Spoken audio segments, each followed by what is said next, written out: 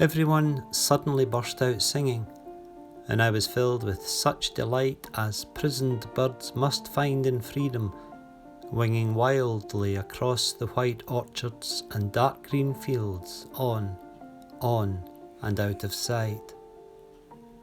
Everyone's voice was suddenly lifted, and beauty came like the setting sun.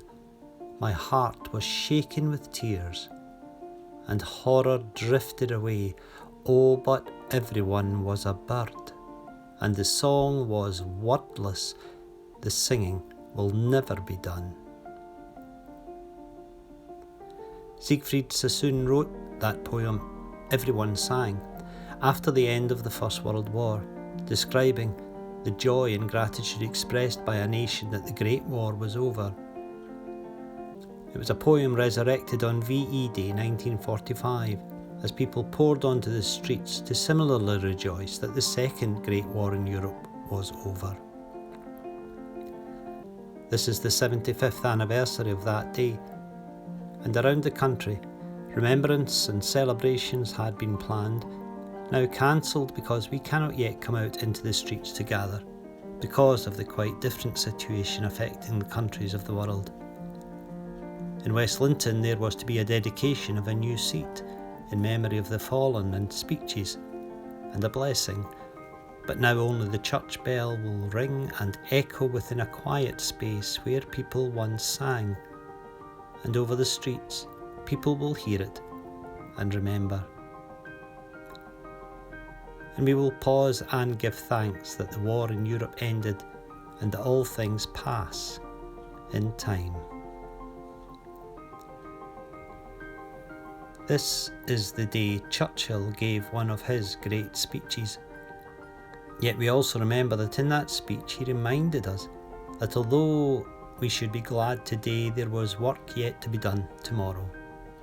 British troops were still in battle or prisoners of war in the Far East, and so the World War did not end until the August of that year.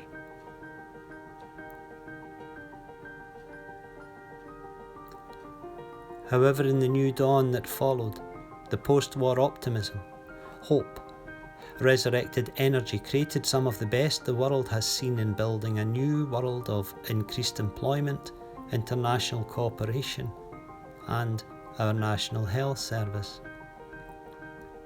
And yet, since that time there have been conflicts across the globe, injustice, people in poverty, homelessness, and we might wonder if we have ever really learned. How do we sustain the hope, optimism, energy, and that commitment that is required in the creating of a more peace-filled and just world? In our day, once we emerge from our situation and can gather again in the streets, and can sing in our churches again, and can hug and kiss family and friends again, how long will that desire for a different world last? The singing will never be done, said Sassoon, and he was right. We will need to keep on singing, giving thanks, remembering. While in France several years ago with my children, we visited the Normandy beaches, a very moving experience. And as we walked around the rusting mulberry harbours and crumbling gun posts, there were children playing in the water, laughing and shouting and singing. I thought out loud, that seems a little inappropriate where so many people have died. My son said, Dad, those men died so that we could play and sing and laugh. He was right, as was Sassoon. Today we remember and give thanks for the end of a dreadful period in human history, and we can commit to ensuring that was never a waste, and that we will keep on singing, and our singing will never be done.